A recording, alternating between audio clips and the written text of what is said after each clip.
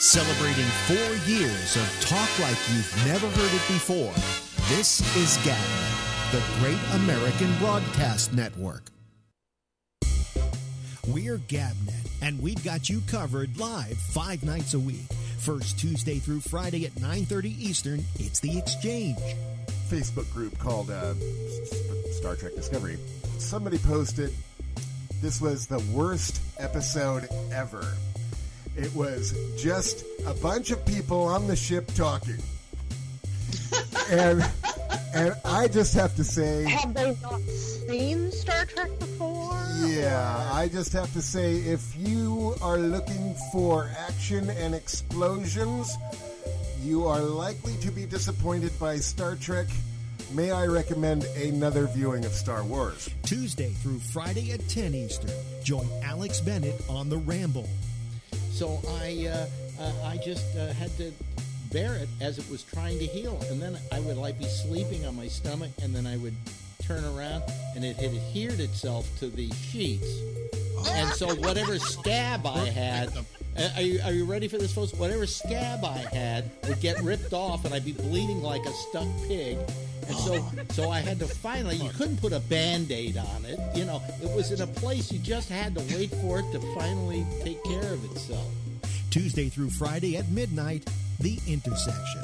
Well, you know, we have to get rid of Pence as well, because Pence is an end-timer. You know, and we need to say to Pence, you know, you're damn right. I want a rapture because I want fools like you off of my planet. If you like sports, we've got that too, with The Arena, Wednesday nights at 8:30 p.m. Eastern. The Jesus guy in San Francisco, when you go down 19th Avenue, the guy with the pink phone. Okay. I know you met him before. I know you've seen him before. Okay, what about him?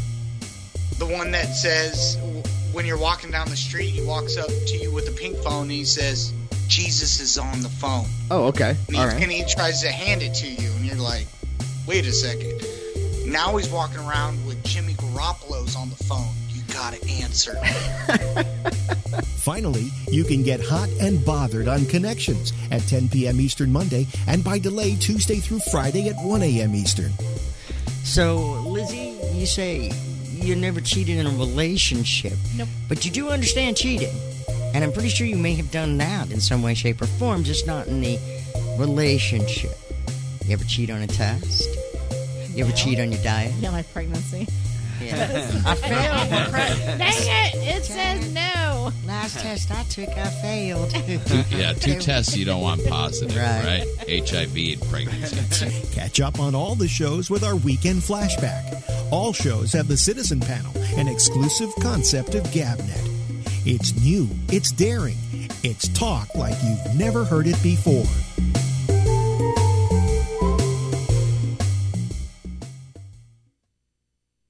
Celebrating 4 years of talk like you've never heard it before. This is GABNET, the Great American Broadcast Network.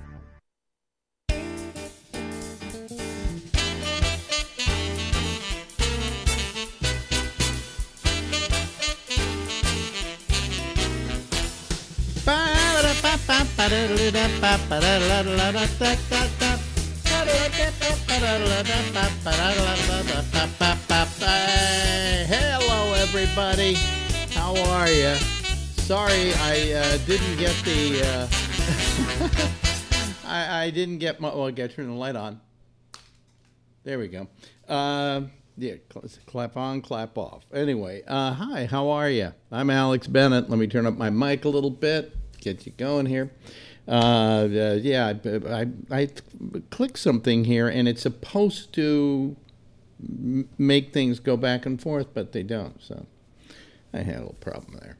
Hey, welcome to the program. Got a great guest for you right now.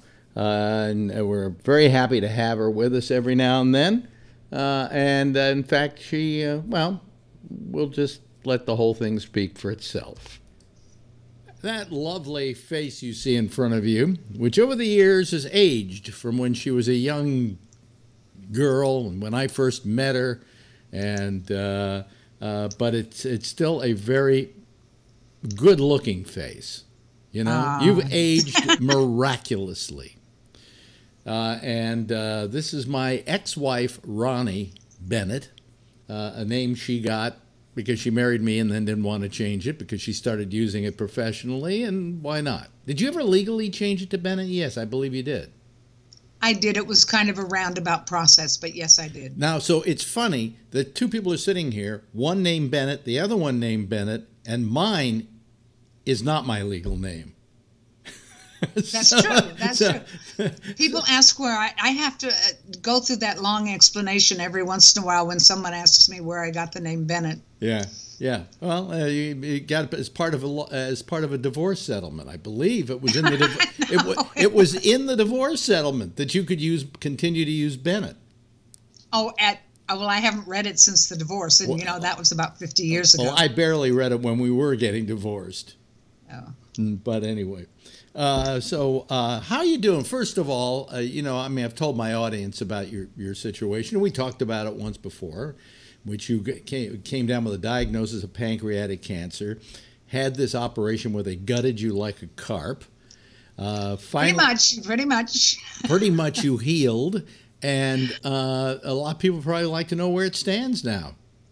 Well, about 3 or 4 weeks ago, one of the doctors told me that blood tests could not find any cancer, but blood tests are not definitive. And so a week ago, today, maybe 2 weeks ago, I had a CAT scan, a CT scan, which is the kind of scan, that pictures are sliced, minusculely thick, and there is no cancer. Bravo. Now, do you understand what a great thing this is? That first of all, only 10% of pancreatic cancer patients can have the surgery. That it could be done at all, and it's pretty much the only treatment. And even then,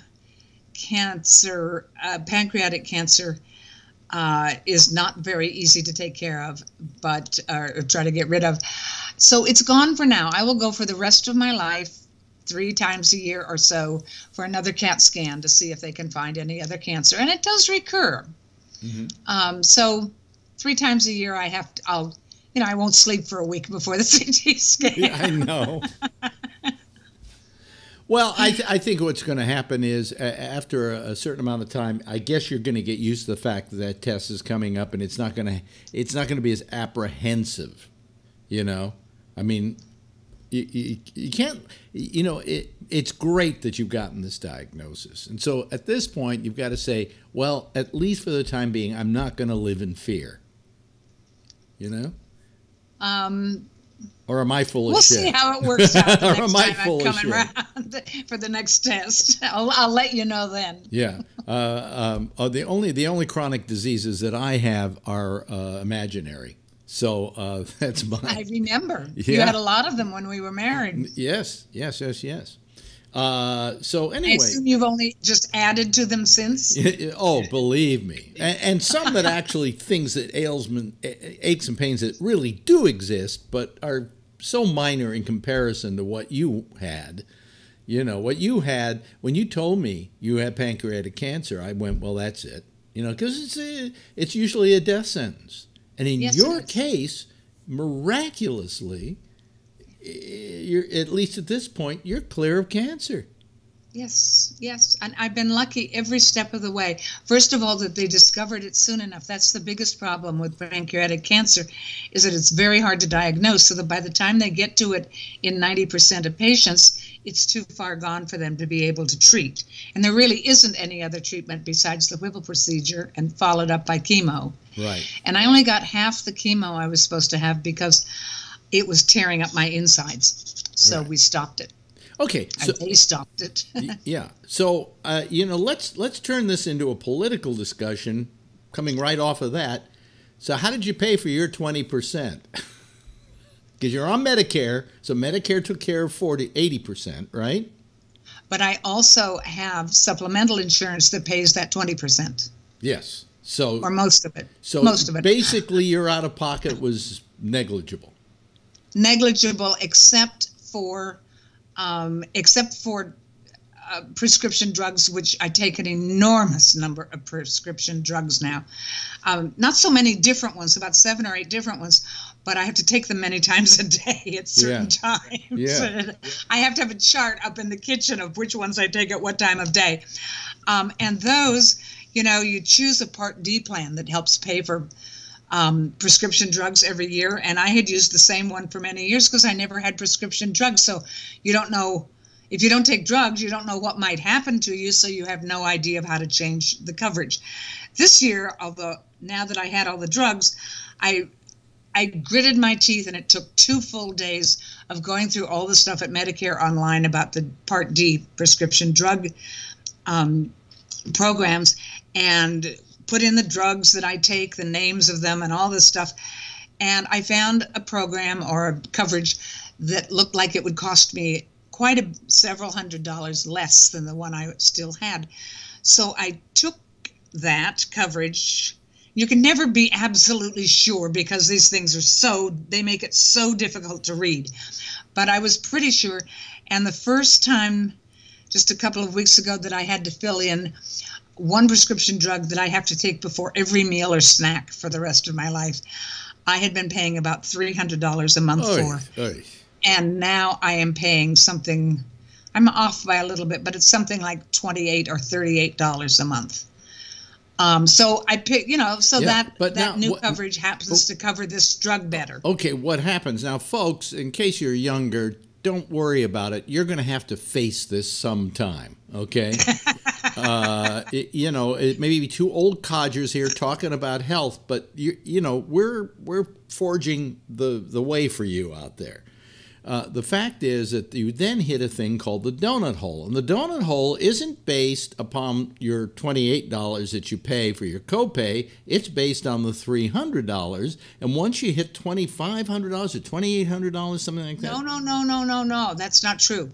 What it is based on is the full price of the drug. That's what I'm saying. No, that's what I'm saying. It's based. Well, the full price of this drug happens to be something like $1,500 a month.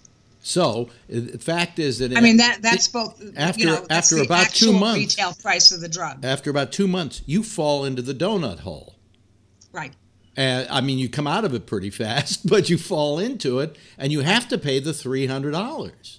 Right. Now, my question is, how many people at our age, can afford $300 a month for a life-saving drug? Because without it, this is not a drug that's saving your life. I believe it's the drug that's keeping you from getting nauseous and sick because you need certain hormones, right? They're enzymes. Enzymes, yes. Yeah. So if you can't afford that, what do you do? Well, you remember that guy Shkreli? By the way, folks, you come out of the donut hole after about, what, $1,500 or something? That's a little higher than that right now, but but together with the other things that are cheaper in this new program, I'm still going to save several $100s a month, even going to the donut hole. Sure. A year, several $100s a year. But do you remember that kid, Martin Shkreli? Yeah. Who bought the pharmacy company that had a drug that had been selling for something like $15, and he went up to $7,000 or something? That's something that we really need to face, because people don't have that money. And if you don't have it, there are programs with some of the drug companies that you can fill out a form, and if you don't make more than a certain amount of money, they'll give you the drugs for either for free or a very small amount of money. But that's at their whim. Mm-hmm. And nobody in the world, in the developed world, pays as much money for prescription drugs as we do. They're all much, much cheaper. And so we need real legislation to change this, because at the whim of a kid who bought a pharmaceutical company, he can price something out of, so that almost nobody can afford it. I don't know how he thinks that makes money. However, they went. Can I say something? They went after this kid Shkreli, and they should have. It was a terrible thing that he did. Yes. But I had a drug I was using for irritable bowel syndrome that was $300 that eventually went up to $2,200 a month. Isn't that approximately the same thing he did, but they're not going after them? Well, they were not quite as outrageous as he was. He went from something that was under $100 a month to something like $7,000 or more a month. Yeah. I mean, but I'm not positive about this because there's so much thrown at us from the Trump administration every day. Who can keep track of everything? Yeah, right. But I think in Trump's budget, the one he released a week ago, which of course every president has done this and it has absolutely no chance of becoming law. But I'm pretty sure that I read in the list of things it changes that there was some provision for keeping the cost of drugs down. I'd have to go look it up. Yeah. But I think it was one of the few good pieces of news in that budget. And it can't get through Congress, and it won't. But, unless we have to rely on all of those poor children in Florida who are really furious with the federal government, maybe when they take care of the gun problem, we can get them to take over for a few other problems. Well, it has always bothered me that this government seems to be of a nature to want to go and do stuff which affects old people. Now what they're talking about, to take care of all the money they're losing on this so-called tax plan, they're thinking of killing Medicare, taking it from Medicare, taking it from Medicaid, taking it from Social Security. Social Security, which Social Security, quite frankly, is something that we put money into. They owe it to us. It's, by the way, never call it an entitlement as they do. It is an earned benefit. Right. And Social Security happens to be the most popular federal program that we have that is pretty much across the board. Even all Republicans that somewhere in the 80s and 90s like Social Security. Now, can I say something here to the audience, that you're not only an expert on pancreatic cancer, you're also an expert on aging, because you've had a blog for years called timegoesby.net, right? Right. And timegoesby.net is her blog, and it's I think you title it something to the extent of how it really is to get old. I mean, the subtitle is What It's Really Like to Get Old. Yeah. And which, by the way, until this cancer thing happened, I didn't have a clue. I've come to realize now, after all these years. Well, no, what you've gotten to is the part that you couldn't cover before, which is what happens when you then get one of the illnesses that have plagued people when they get older. And as we get older, we have illnesses that plague us. Some of them are simple, and some of them are massive. And you are now facing that. You've now faced that, and now you have another little piece of knowledge to throw in that kit bag of yours. Well, let me tell you one of the ways I approached it, though. My normal way of anything like that hitting me, or even something that just, I think, affects a whole lot of old people, is to just dig deeply in the research and read every single thing I can read about it and learn everything there is to know. This was more personal than writing about. Yes, I get Social Security checks, but they're not going to kill me. Pancreatic cancer could. And so I made a decision when I was thinking all this, what this really means to me, and having to go through what obviously the surgery and upcoming months of chemo. How was I going to approach this? How much did I want to know? And at the place that was treating me, one of the leading pancreatic cancer surgeons in the world. The whole chemo clinic are just stuffed with employees there, from RNs to even the people who just check you in every time, that know more about this than I will ever know. So I made a decision to just do a superficial look at it. What is pancreatic cancer? How does it affect you? How is it treated? And I didn't dig much deeper than that, because I figure I was an amateur at pancreatic cancer, and these people, many of whom have worked there for 20 and 30 years, they're professionals. Right. They have seen God knows how many people with how many different kinds of cancer, and they know what works and what doesn't, to the extent that we, in general, understand that at all. So I just went with what they told me to do and did my best to follow their instructions. And I don't know if that's what got me where I am now, but it was the best I could do, and it seemed to work. Yeah. But, getting back to the political question here, they seem to enjoy picking on old people. I mean, yes, the Republicans. Do. I mean, and quite frankly, I've been arguing that we are not the people to fuck around with, and I'll tell you why. If they started going after Medicare, Medicaid, Social Security, especially Medicare, and I say it for this reason, they are out to kill us. All right? Literally, they're out to kill us. So why shouldn't we do them the same favor and find people who are terminally ill or who are old and strap bombs to them?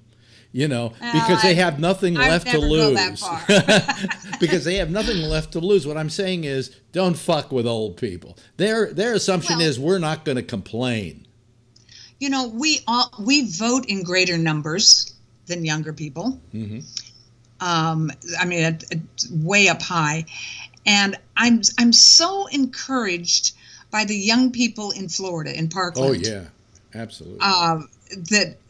That somebody is, these young kids, I mean, this is not college, this is only high school kids. And you see them on television being interviewed, and, you know, they're 14, 15 years old, and they are not going to give up on this. They are really furious about the gun laws. And this is a way when you and I can't get out, probably, and most old people just plain don't have the energy to get out and march and travel all over the place and do this stuff anymore.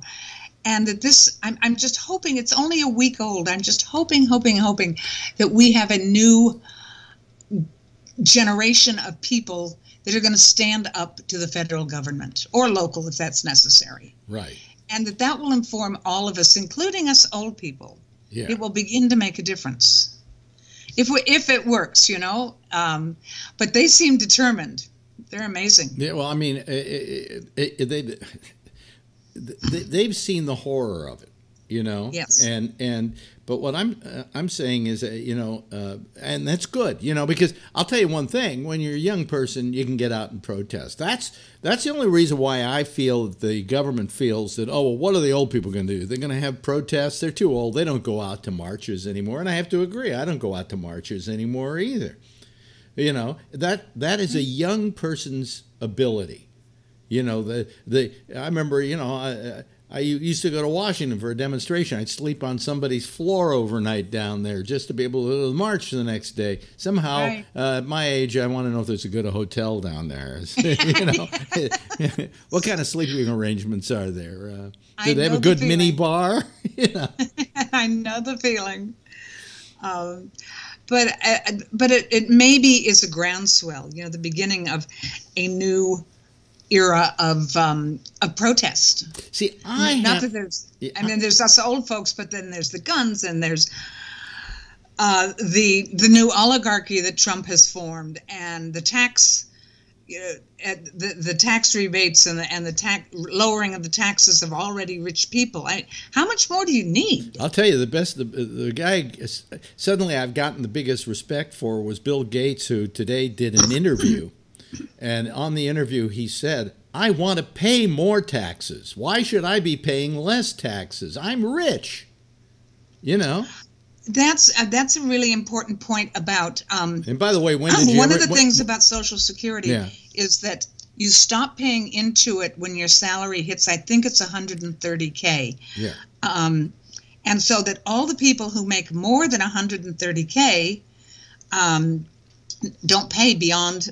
You know, beyond that. There's a Social Security cap, and that cap is like 9,000 whatever that you pay in. That's the cap. Yeah, that is the cap. And after that, you don't pay anything. And you don't. But that means that anybody up to $130,000 in salary pays on their entire salary, all of it. Yes. Why shouldn't people that make any amount of money pay on their entire salary? Well, why shouldn't, if you're going to have this Social Security taken out, why does it have a cap? Don't have a cap, and then you don't ever have to. To begin with, there should be no reason, if you think about it mathematically, that we should not have enough money in the Social Security system to take care of everything. But what happened was they borrowed money from us to fund wars. And so, Al Gore said it should be a locked box. Well, it never was a locked box. That was the problem. And so, consequently, if everybody were just to pay X number of percentage, and it doesn't matter how much you make, there's no cap, we'd never have a problem paying Social Security. And we could probably fund Medicare with it, too.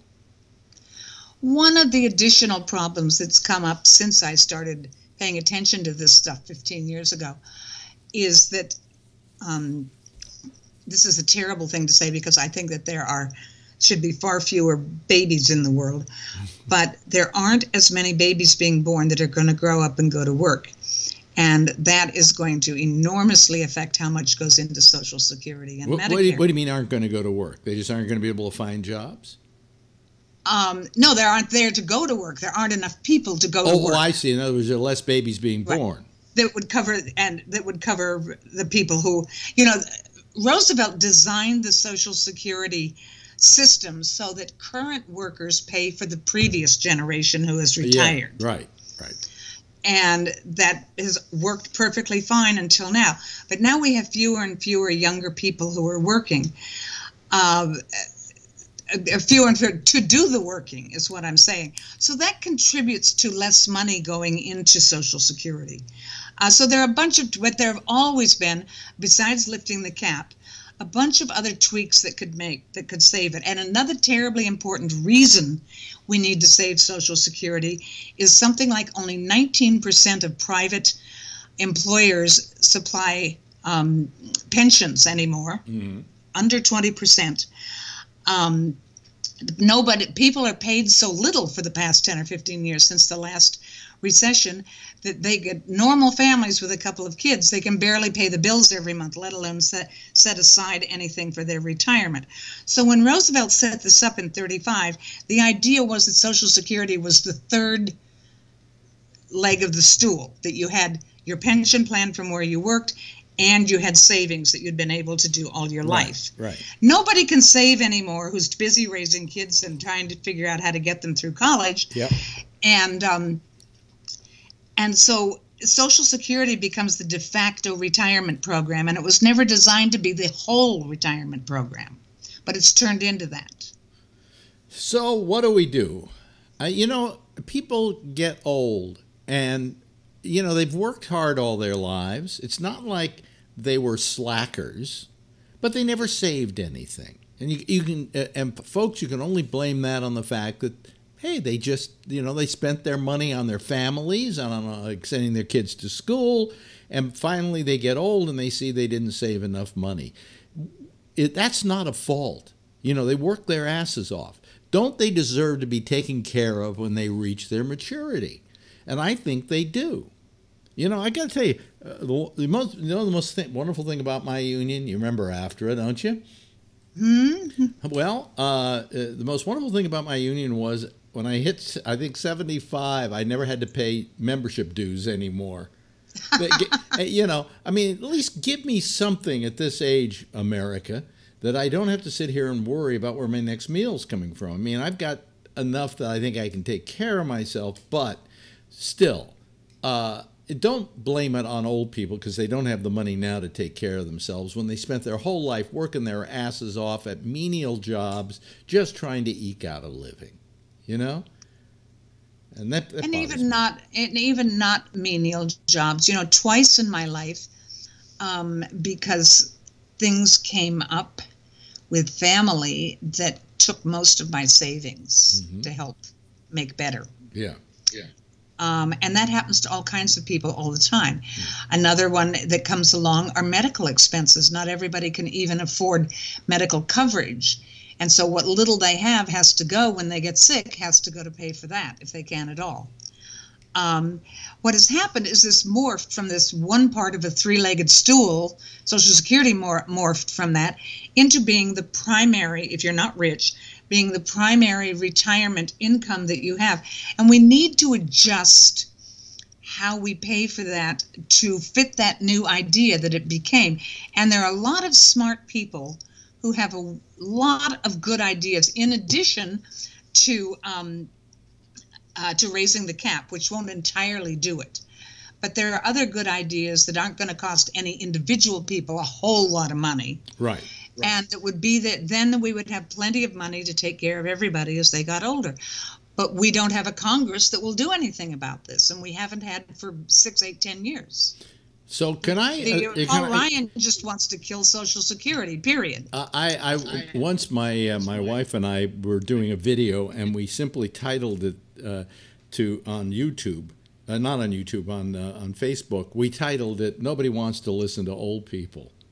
And I honestly think that they dismiss old people when they have something to say about their problems and about what their needs are. There's a complete dismissal. You're going to die soon anyway, you know. We don't have to pay attention to you, you know. And that goes on throughout. After a certain age, did you know that age discrimination in the workplace begins as young as 40 for men and as young as 35 for women? Absolutely. And try to get a job after 60. That's why I had to stop working at 63. I couldn't find anybody to hire me, and I was interviewing only with 20-somethings, and I looked like their grandmother. How you described it is you went in for a job interview, and they looked at you like you were a Martian. Yeah, because they were all 27 years old, and I looked like their grandmother to them. It didn't matter that I'd been working on the internet for 20 years at that point. That they just assumed that I couldn't. There's a whole lot of myths about old people that that they're too sick to show up to work, that they won't work hard, that they can't learn anything new. There's that you can't teach an old dog new tricks. They've been applying to old people forever. It's just plain not true. So far, we'll see what happens in time. So far, anything new I've wanted to learn, I've been able to do. Well, I've decided that with what I do now, I suck. But then again, I always did. So, what's the difference? I notice age affecting my performance to a certain extent more than the audience does. But it's a little more difficult for me. I have to concentrate a little more, Well, in my case, it manifests itself by after 2 o'clock or 3 o'clock in the afternoon, I am both physically and brain dead. Anything that I have to accomplish in life that takes any physical effort or mental effort, I have to finish before 2 or 3 o'clock. During the afternoon, do you find at some point you doze off? Oh, yeah. I was laughing with a friend on the phone just yesterday that he said he gets so angry with himself because he tries to watch. Now, remember, we are on the West Coast, different from you guys. Right. And he said, I can't even stay awake to watch Lawrence O'Donnell on MSNBC anymore. Lawrence O'Donnell is on at, I think, 8 o'clock here. Or 7 o'clock, I think, there. Yeah. Hey, listen, I just noticed we've way run out of time. But, I just love talking to you. And you always say to me, well, what are we going to talk about for 25 minutes? And then we start talking, and, before you know it, we haven't even started to hit the tip of the iceberg. But I think what you have to say is very important for people to hear. Yeah, don't dismiss yourself. I don't know. I think that what I find is that that Social Security and Medicare even puts old people to sleep. Well, but you can. I was at lunch today with my business manager, Gary Haber, and we said, the difference between a bunch of young people getting together and old people getting together is young people getting together talk about how they got laid recently, and old people sit around talking about health and about health plans and about. But a lot of that has come up because of this pancreatic cancer, and I'm speaking of learning new things. I mean, it's been just constant during these 8 months since it was first discovered of learning new stuff about the medical community and cancer itself and treatments and all of this stuff. Which, how do you not learn it when you're kind of in the middle of it? But what I've also discovered is that it's really interesting. There's a woman I know who in the past 10 years or so, I think it's in the past 10 years, has had something like 7 pretty good-sized surgeries. And I was talking with her once about sometime shortly after the surgery, my surgery, of how not just tired I was, fatigued to the bone.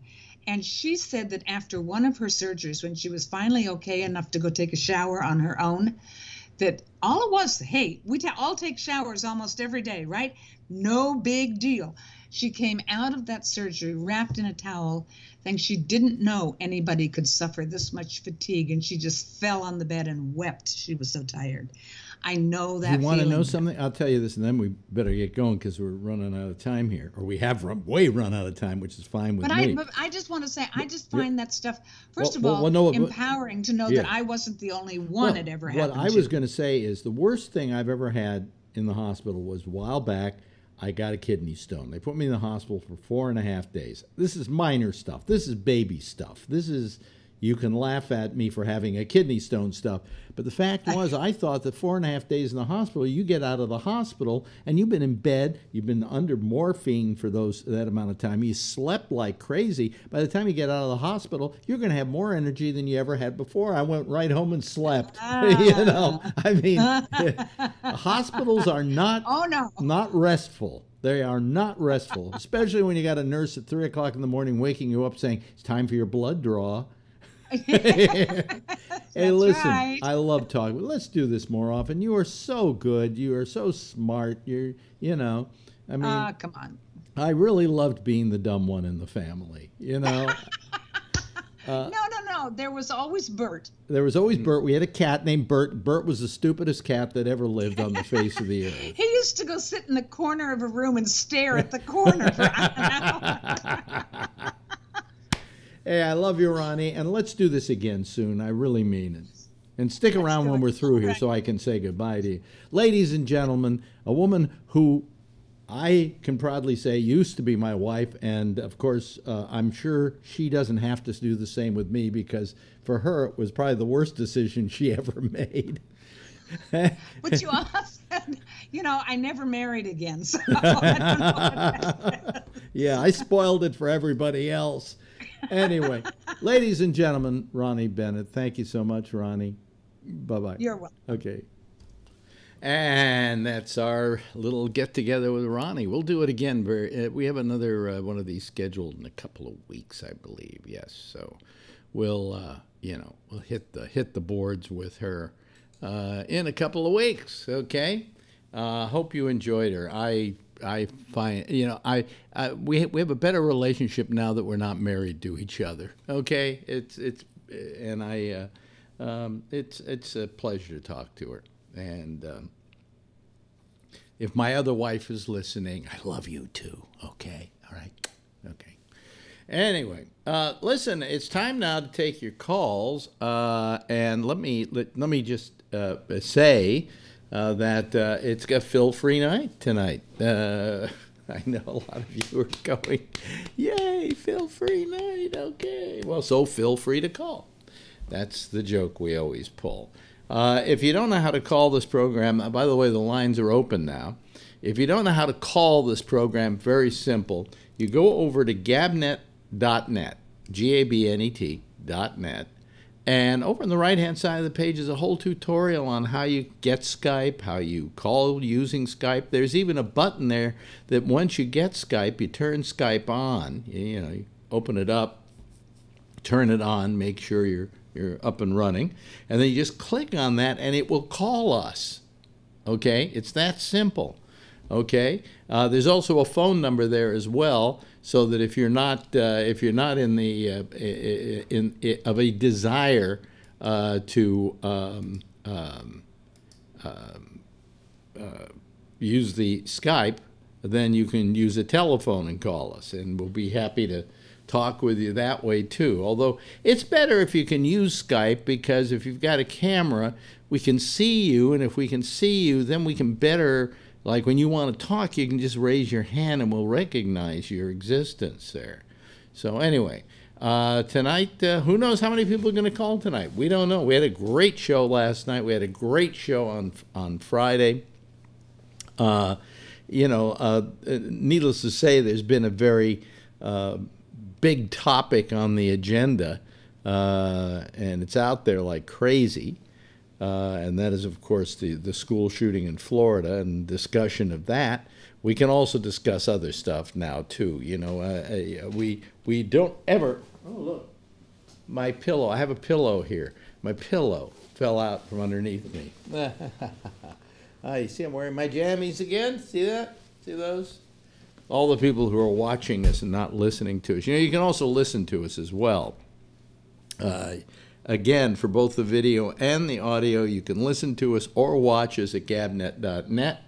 You can also, if you go to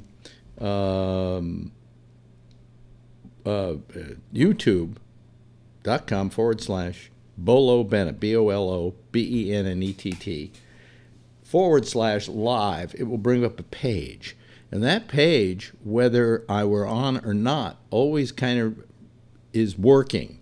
It has a countdown to the next show and so on. If you put that as a tab in your browser, you can just go to that anytime we're on the air doing a video, and we will be on, because the minute I click the button here, all of them start. The video on the Gabnet page starts. The video on our YouTube pages start. And on that link I gave you, it immediately starts. The only problem is we haven't found a way of porting this over live at the same time to Facebook, which is difficult because, oddly enough, Facebook doesn't like you to do that. There are programs where you can, supposedly, you can use YouTube and Periscope and a bunch of those all at the same time, but you can't use Facebook at the same time because they don't like it. So if you're running Facebook, you have to do it. I don't even want to start explaining it. Hey, listen, look who we got here. And, he looks so much better now that he has his own camera. A new machine, rather, with a better camera. Look at that. Look, it's every nuance that is Tom Yamaguchi. Hello, Tom. Hi there. How are you this evening? Yeah, I also moved so that that light isn't behind me too. Yeah. So. That was always, there was always a light behind you, so you were always kind of in. Yeah. The track light's behind me. Yeah, because the way my desk is set up. Yeah. Well, also the Skype has a kind of a thing that compensates for that light and so on, and it's terrible. Yeah. So anyway, how you doing tonight, Tom? Oh, I'm doing okay. I really liked your interview with your ex-wife, and I was wondering if you'd be considered having her on live with us some night. Well, I'll tell you, I did that with a guest on I think on 2 occasions, and it didn't work too well, and for odd reasons. One of which was. Nobody else wanted to talk. The people didn't want to talk. They wanted to hear what the guest had to say.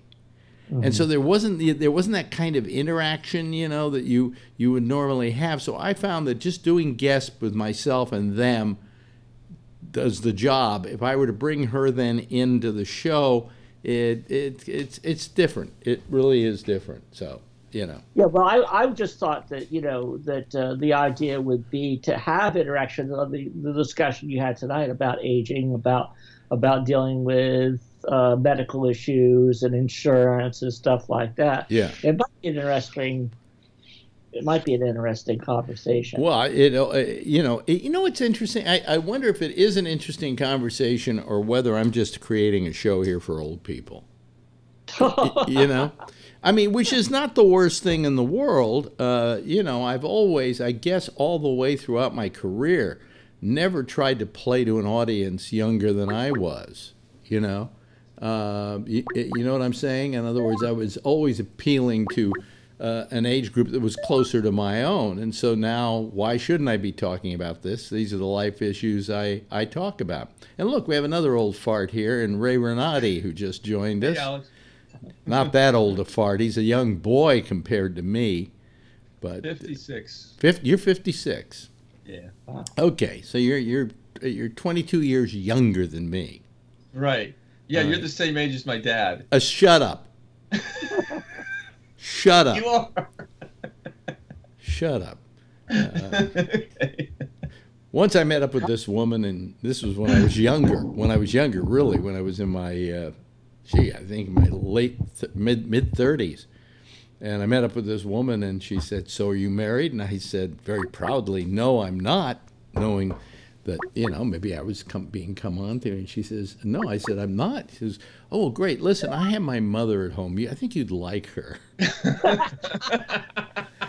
Hello, Bob Eberth. How are you? Oh, not too bad. I don't need to take any of my blood pressure medication tonight.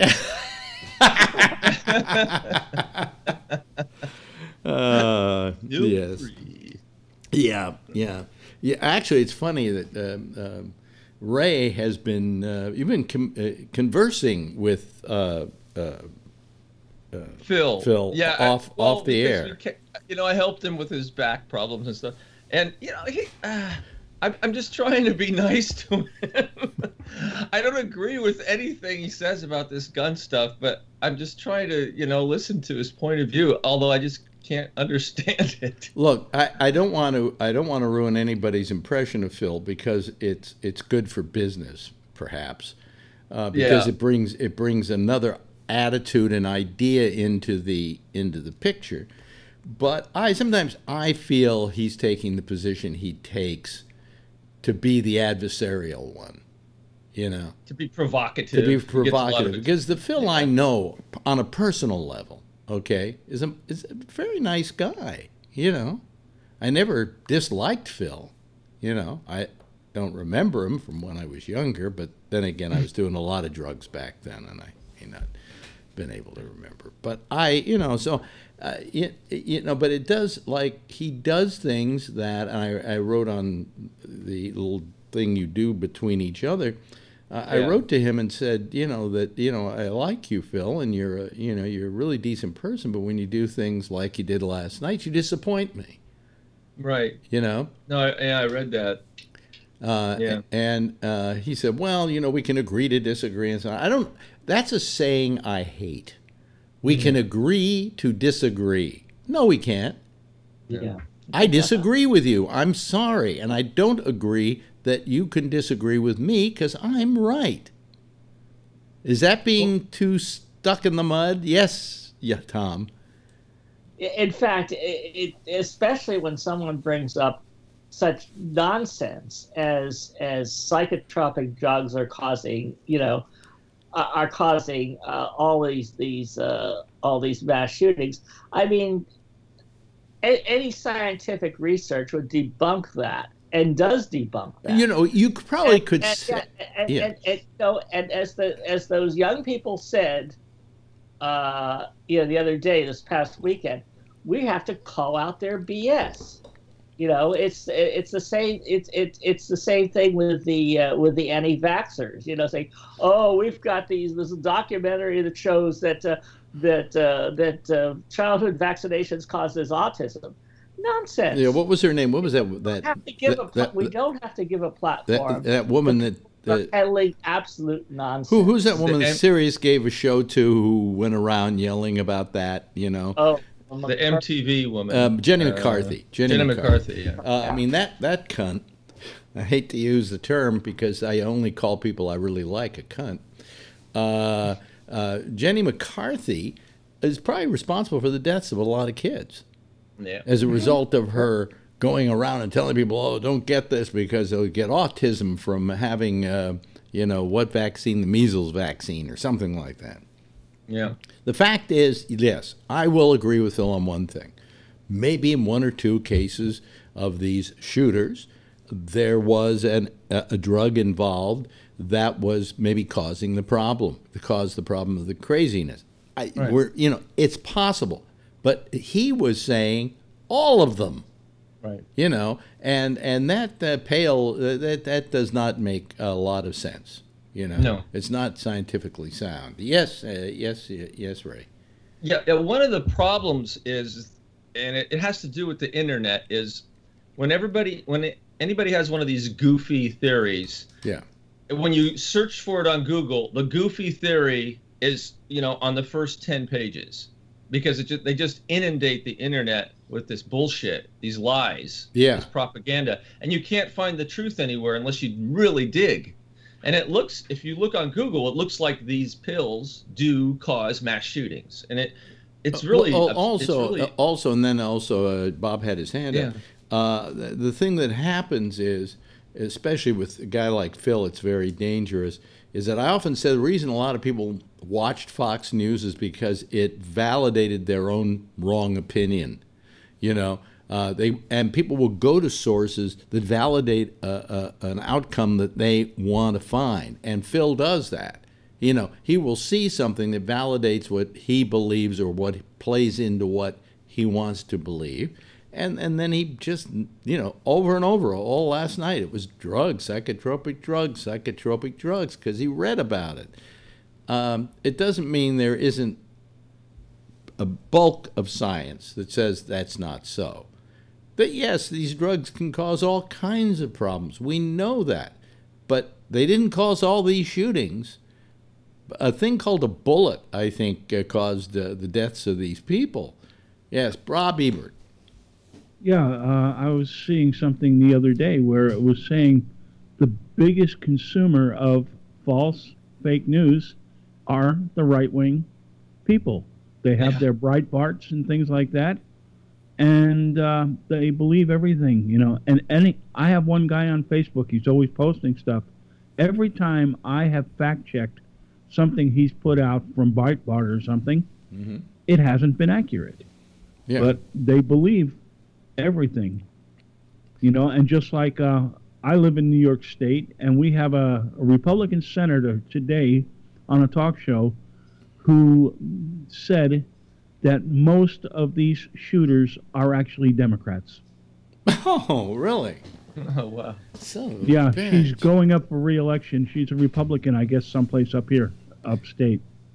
Yeah, well, I'm trying to think what would make a Democrat a shooter. It doesn't make a lot of sense to me. It would seem that the right-wingers would make a lot more sense, but I wouldn't even imply that, okay? Yes, Tom. Well, to be fair, and what we're talking about here is confirmation bias, and that afflicts all of us. I mean, I can find myself looking and looking for information that reflects my bias and rejecting others that contradict it. I think it's something that we all have to be aware of, and I really think that in a way, with this current investigation of how the Russians interfere with the election, I think this is actually a wonderful opportunity for us to realize that this is a deeper problem, that this is a real challenge for our democracy. We've had propaganda and misinformation for ages, but under this new current technology of social media, we've become particularly susceptible to a way that it's being presented, and it is really strongly affecting our judgment. And this is an opportunity for us to learn something about that and figure out how to counteract it. Well, if you think about how the elections used to be rigged, it was by dumping the ballots in the river. That was about the biggest kind of technology we had. With the internet and everything now, I mean, I always thought about this world of the future as being wonderful and that I could hardly wait. I hoped I'd lived long enough to get there. I always used to think, well, how old am I going to have to be to make it to the year 2000? And what's it going to be like at that point?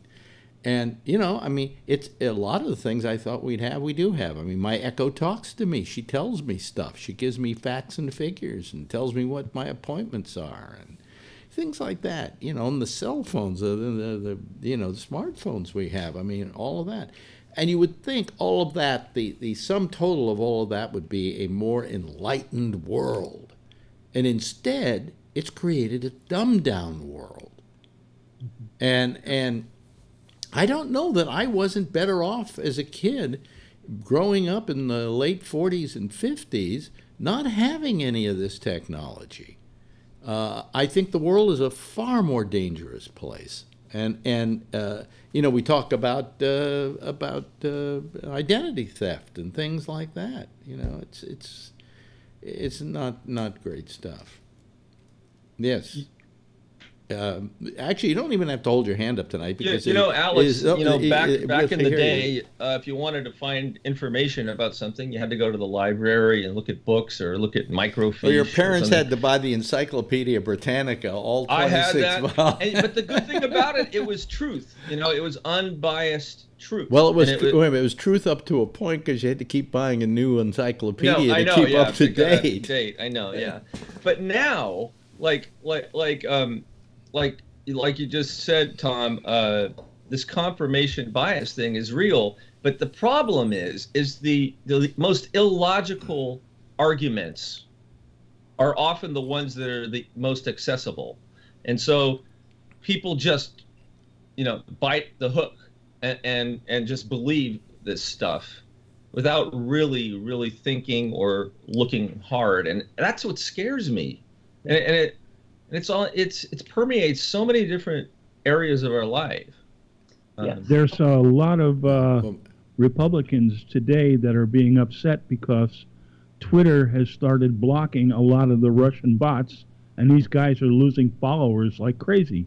And they're upset.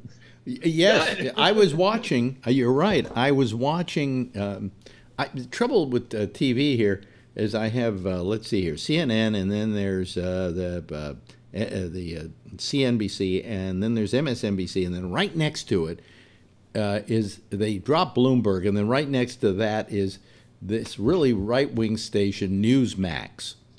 And there was a guy on there today complaining about that he was losing a lot of Twitter followers because Twitter was looking upon a lot of his followers as being suspect. and how this is a conspiracy to affect the right wing. No, it's that Twitter and Facebook have become paranoid about what their platforms have been used for. And I don't think they really know how to deal with it. No. Yes, no. You had your hand up, Tom. Yeah, I was just going to say earlier. By the way, I just checked. I haven't lost any Twitter followers today. Oh, okay. I've been holding steady at about 608. I've held all mine, but then again, I bought them. So it's. I have not. I refuse to buy Twitter followers, but and I do pretty good for a nobody. I'll tell you, 608 isn't bad. Oh, that's good. I was just going to say that there was a book that came out a couple of years ago by a guy named Rick Shankman called Political Animals. What's his name? Rick Shankman. Oh, Shankman. I have a friend called Rick Shankman. Yeah. I think it's with an N. Yeah. So replace the C with an N. But he wrote a book called Political Animals. And one of the arguments that he has is that, unfortunately, our brains have not evolved that much from the days when we were a hunter-gatherer society. And so our social relations that we're used to based on trust are still rooted in that era when people lived in little tribes and really knew each other and knew how to make judgments of who they can trust and who they couldn't. Yeah. And that's the real challenge, is our technology has advanced and evolved farther than our own brain's wiring systems. Wow. Well, I mean, I read the book. Yeah. It's we just live in, I think, very perilous times because of the technology. And the fact that all this technology is very good. I mean, it could be used for such wonderful things. But instead, you got a bunch of Russians who say, hey, we can use it to pervert an election. And, think about the calls you get, the robocalls you get, and the spam you get, and the people who are trying to take over your computer by having you open that spam. And, it's turned into a nightmare rather than this utopia. And I was yelling and screaming about it. The utopia to come is going to be wonderful. It's not going to be 1984. It's going to be better than that. Wrong. And it's overwhelming. It's just so much information all the time. It just bombards you. Oh, and if anybody isn't following me on Twitter, can you go? Because I just looked and I didn't know, but I have 666 followers, and it's kind of freaking me out. Why? How many did you? Oh, 666. It's wait a minute. Hold on a second. Wait a minute. What? I just don't like seeing. Wait. What is your what is your Twitter account? It's just at Ray Renati. Let's see here. Let me see here. Let me see here. Let me see. At? Yeah. Hold on a second. Let me put on my glasses. Let's see here. At Ray Renati. Yeah. Yeah, there you are. Okay. It says he's following me. I go to him and watch. Oh, you're following. Oh, cool. Yeah. All right, I'm away from. All right, thanks. Okay, Alex. so you're not at 666 anymore. 666 anymore. No more 666. I just limit myself to Facebook. Oh, really? Too many things to try to follow and. Well, here is the terrible thing about Facebook. I got, and it happened basically when I was at Sirius. I got 5,000 followers to Alex Bennett, and what happens when you get 5,000 followers? That's all. That it maxes out. So now, every now and then, I start losing people, you know, and I can always tell when I'm losing people because all of a sudden I get people wanting to be my friends, and they're these hookers, and I don't know. Hello, Patrick. They're these hookers, you know, these women with huge tits. I mean, thank you for sending me those pictures. But quite frankly, you know, I ain't the sucker you think I am. And it's like, I don't know what it is. There's some kind of system or something they have that as soon as somebody has people available, like only one, I will suddenly get a whole bunch of these. So I have to like click on one of the groups of people that it's suggesting I should have as a friend to lock out them by getting the 5,000 again. But I get those women, and I don't know. Number one, I don't know how they do it. But secondly, I'm sure Facebook does. And number three, why don't they do something about it? You know? I get this on Instagram all the time, and I just ignore them now. Yeah. And then they send me messages, but I think it's just a bot thing, you know. I don't think it's really. It's not those women. It's somebody who's trying to rip me off in some way. Yeah. Well, I always don't allow these particular people, and I'm sorry if there are one or two of you that happen to actually be a good-looking woman who likes this show. You know, I mean, it's a problem. It's a problem. Can I tell you something? I'll give you a little update on something that happened to me last night. It's happened to me the last couple of days. I use a company called GoDaddy for both my email address, so that I have a Gabnet email address, and I pay them a little over $100 for that, and a little over $100 a year to have the website. Okay, and over the last couple of days, I've been trying to get them to do stuff. Now, this company has been pretty damn good to do business with, and all of a sudden, it's a nightmare. I go to somebody and I say, here's the problem. Oh, well, we'll have to send you over to our hosting department. So they send me over to the hosting department, even though I clicked for hosting, all right? How long will that wait be? Oh, I don't know. Let's see. Oh, 8 minutes. So now I'm sitting there, and they've got these 2 songs they keep playing over and over and over again. In fact, I went online looking for it, and there was actually a YouTube video of somebody playing that music. So and it's been those same 2 songs ever since I've had GoDaddy, which has got to be about 3 or 4 years now. So it's terrible. And so I'm waiting 8 minutes, and then I get somebody. Now, this is last night I get somebody. And he says, okay, well, I will ask I have to go get a hold of a hire administrator to take care of this. And now I'm waiting and waiting. And after an hour and 15 minutes, of listening to this music interminably and every now and then having the guy going, "We're getting close." He finally comes on and says, "They can't solve it. They're going to turn it over to another department. Here's the ticket number." And I get off. And I go, "You just made me go away," and I sat here waiting for an hour and 15 minutes. This is, I didn't get any payoff. And I just said to myself, how does a company one day go from being so good? It used to be I'd call them, I had a problem, the guy would look at it and let me click a few things here, now it's fixed. To this thing, which is just torture. It's like water being dripped on your head. If I hear this music one more time, I'm going to go nuts. And I'd play it for you now, but probably they'd tell me I can't play it, so... I can't remember who I was working with online when I was having some problems on something, but they ran into a thing where they'd have to go to a higher up, and the guy says, "Can I take your number and we'll call you back?" Well, you see, here's what I said to him. This is what I didn't get. I said to him, "Okay, you know what the problem is. I'm not able to get to my files and stuff like that. It just keeps whirling around." And they say, "Well, there's something wrong with it." I said, "Well, why don't we just hang up here and you can go fix it?" Okay? And they said, "Oh, we can't because the minute you hang up, we stop working on it."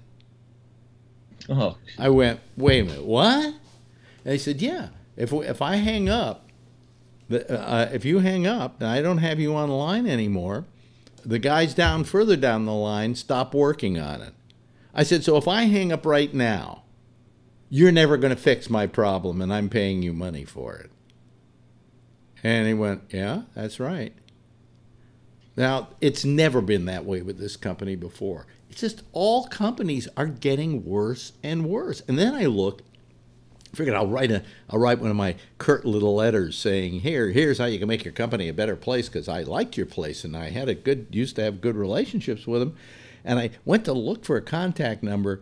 There is no contact number that you can write to. You can call them, but write to for GoDaddy. They say GoDaddy no longer accepts email. What? No? You don't accept email?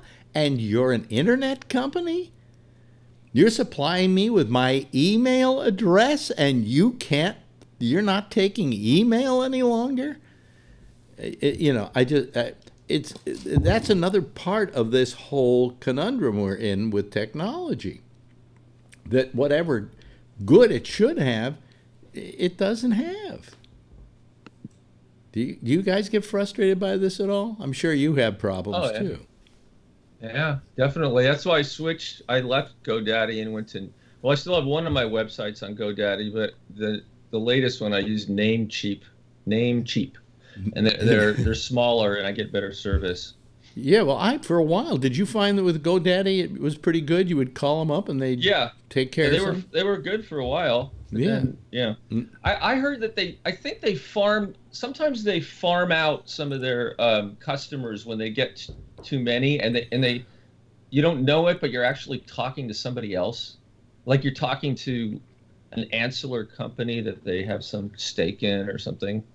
Wow. And then you get kind of put off. Yeah, well, I mean, it's just the whole nature of the thing. And there's a problem I have where I can't see my statistics, and I call them up, and they say, and I had to wait for an hour and a half on that one, and they said, we fixed it, and they fixed it, and then it went bad again. And I just don't want to go online again and have to stay there for the rest of my life waiting to get a problem solved, No. You should know what you're doing. Just flip a switch. Whatever. Anyway, that's part of the problem, is that, either that or you get somebody at some company who says, well, I can't do it because I'm not allowed to do that.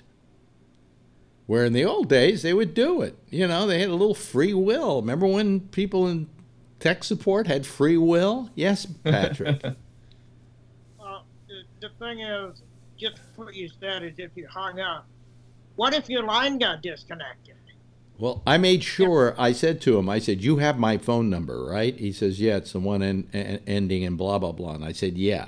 He said, yeah, because if somehow we get disconnected, I want you calling me back. I don't want you guys to stop working on this. And then eventually they let me go because they were going to stop working on it and turn it over to a higher power. I guess they send a ticket number to God, you know.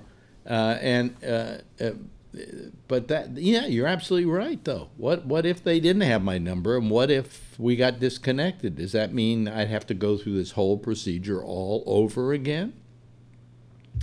And they say, and we're putting it down the file so the next time this happens, they'll know what to do. And then they looked at my file and it didn't have how to handle the problem. So, you know, I mean, it's just crazy. But wow. But the part that does drive me nuts are the people that when you call them, they can't do anything because they're not empowered to do that. Well, then why did you call them in the first place if they can't solve the problem? You know, I just think that we, you know, it takes something like we're using Skype here, folks. And I put this challenge out, and I've yet to ever get a piece of email. Tell me a way I can contact a human being at Skype. I mean, literally, I'm not talking about a chat. I hate those chat things.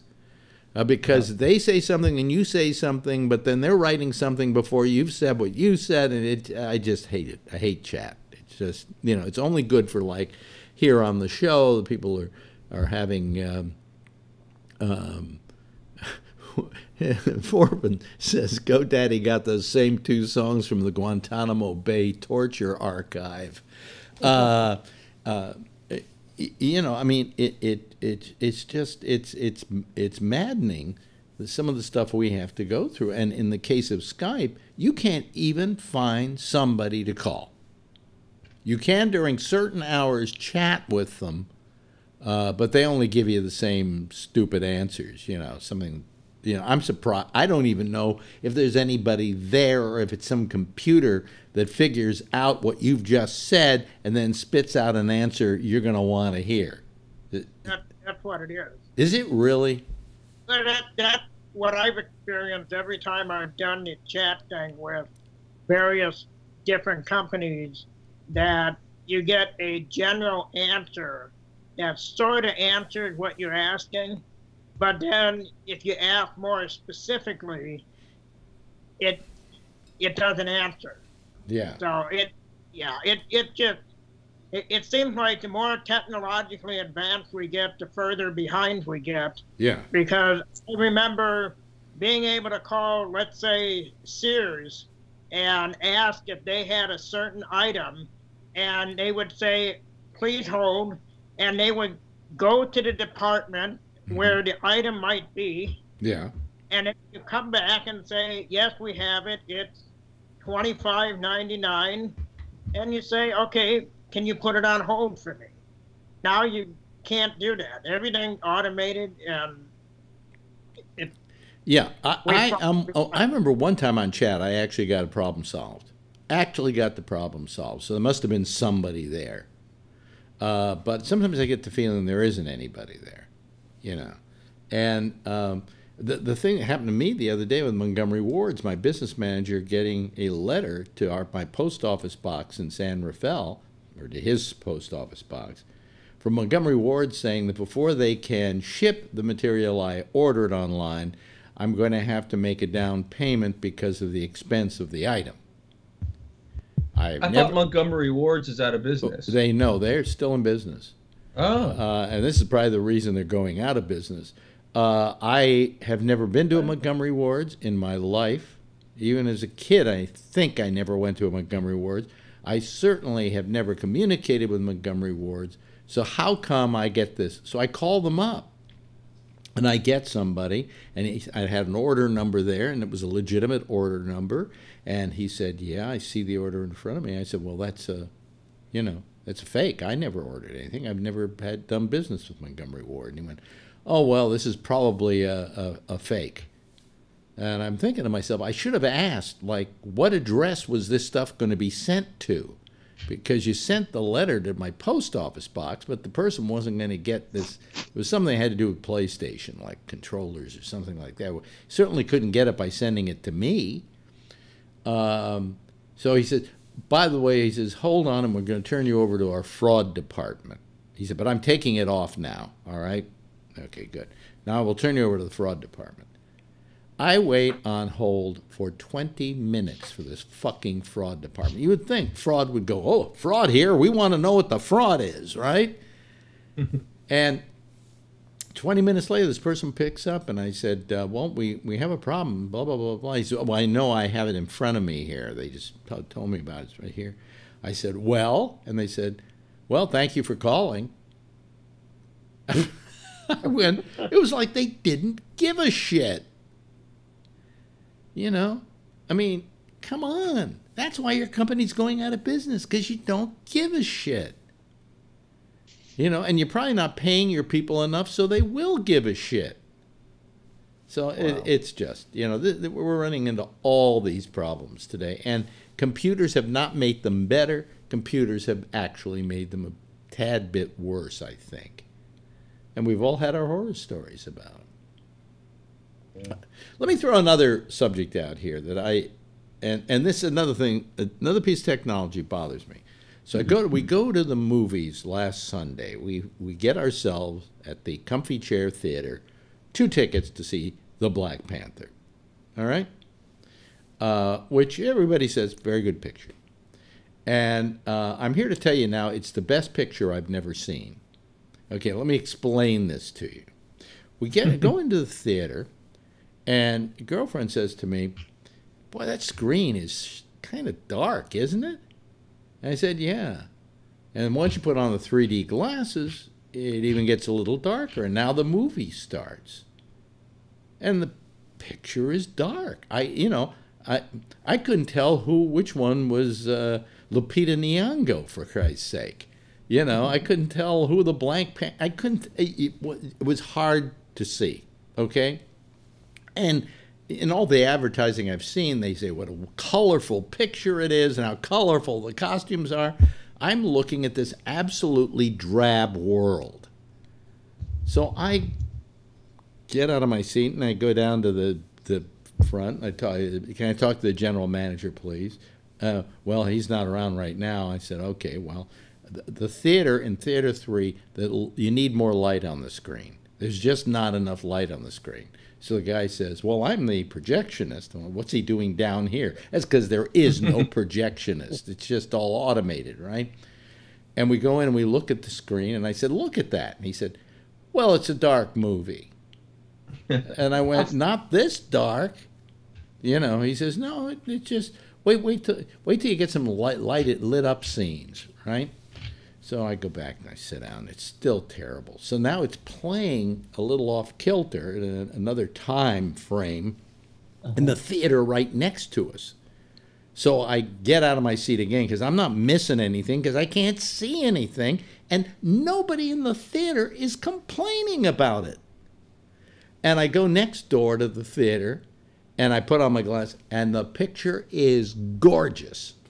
Right? A scene we had already seen, just gorgeous. So now I go back down. I said, let me talk to the general manager. And the general manager was there. And he said, I said, what? I said, the picture is dull. And in 3, it's fine. In 2, it's fine. In 3, it's terrible. He said, let's go see. So we go up and we look at screen number 2, which is the good one. And he says, oh, it looks terrific. I said, yeah, it looks great. Come on. And I take him over to the other theater and he goes, yeah, it is dark. And I went, okay, it is dark. He said, we can't stop the film to fix the problem. We're just going to have to do it after this showing. But after the show, come on down and I'll give you 2 free tickets to the theater anytime you want to come. I said, okay. Thanks for letting me know. And I'm thinking to myself, you know, these people, this isn't a cheap movie. From girlfriend and myself, when we get senior tickets, it was $41 for the 2 of us. How much was it for the people who weren't seniors? Almost $50. And then there's the popcorn, and there's the cab to get to the theater. And before you're through, you've spent $75, $80 to go see a movie that, quite frankly, isn't being projected the way it was intended. And these people care so little about it. And I had trouble with this theater once before where the picture was in 3D and the movie that came on was in 2D. And I went to check to make sure I didn't go to the 2D theater, that I was actually watching it in the 3D theater because it was in two different theaters. No, I was in the 3D theater. And the guy wouldn't believe me till I took him up and said, look, it's not in 3D. We got our money back, and I went back a week later or something and saw it. But the thing was, the people watching this movie paid about $5 extra for the 3D, right? None of them complained but me. And they all had, and I look back, they all had their glasses on. Doesn't surprise me. Yeah. So, I mean... People are lemmings, man. So, I mean, I wonder, I mean, these people, didn't they know they couldn't see that picture very well? You know?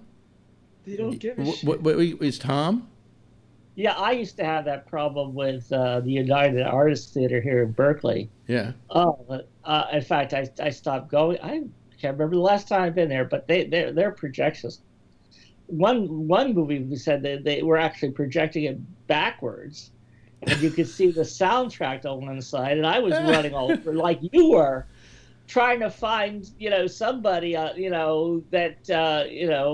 was responsible, a management person. And it took me about 5-10 minutes to find somebody to realize that they were projecting this movie backwards. It was well, I mean, they just, it's one of those, how do you project a movie backwards? Well, this was a long time ago, actually. So this was film. The film era, But this is a theater, that once was a single screen with a balcony, and then they broke it up into a whole bunch of other screens. Yeah. And in fact, my daughter used to say, I don't want to go into this theater because this used to be the ladies' room. I don't want to sit and watch a movie in the bathroom. Did you ever go to the Kabuki Theater in San Francisco when they converted it to a whole bunch of movie theaters? And they were so desperate to convert them to movie theaters that there was one really small one that maybe had, I would say, 50 seats tops, and none of them were facing the screen. Because the screen had to be put over to the side in order to fit into this room. But the thing that bothers me is that, these movies were made by professionals and by craftsmen and artisans who put together a film with special effects and color photography and costumes and everything else, who are also likewise being cheated because their product is not being seen to its best advantage because of these complete fucking morons running these theaters. Yes, Bob. Well, I'm going to state two things. One, I'm amazed at how many people I meet out in the world that are about as sharp as a marble. Yeah. And there used to be lawsuits because I lived in Utah, and they had these companies that would take these movies and sanitize them and take out the dirty words and things. Yeah. And there were lawsuits because that movie is a work of art, and they're defacing the art. The movie, I'm trying to remember the movie. I'm trying to remember the name of it now. But there was this one film. It was with who was Harvey Keitel was in it. The something detective. The Bad Detective. The Bad Detective, maybe that was what it was called. The Bad Policeman, or something like that. And it's really in the beginning, a nun gets raped, and it's really just he's betting on ball games, and he's like just the most corrupt cop you can possibly imagine, and it's a very gritty film. Just Bad Lieutenant. Bad Lieutenant. That was it. Okay. Bad, wonderful picture, grim, coarse, everything. All right. So I had this girlfriend, as I was known to have from time to time. And I said to her, you know something? I saw this great movie a while back called The Bad Lieutenant. We should go down to Blockbuster and rent it. So we went down to Blockbuster and rented The Bad Lieutenant, and I put it in, and I'm going, this isn't The Bad Lieutenant. This is not the same movie I saw.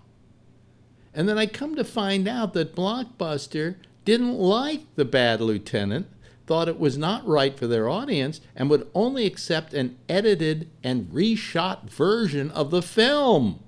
Yeah. And I went, what a fucking ripoff. You know, people would say, I heard about The Bad Lieutenant. It's supposed to be a really good film. And they go there and they're seeing like this Disney movie. Mm-hmm. You know? Well, we all know what happened to Blockbuster.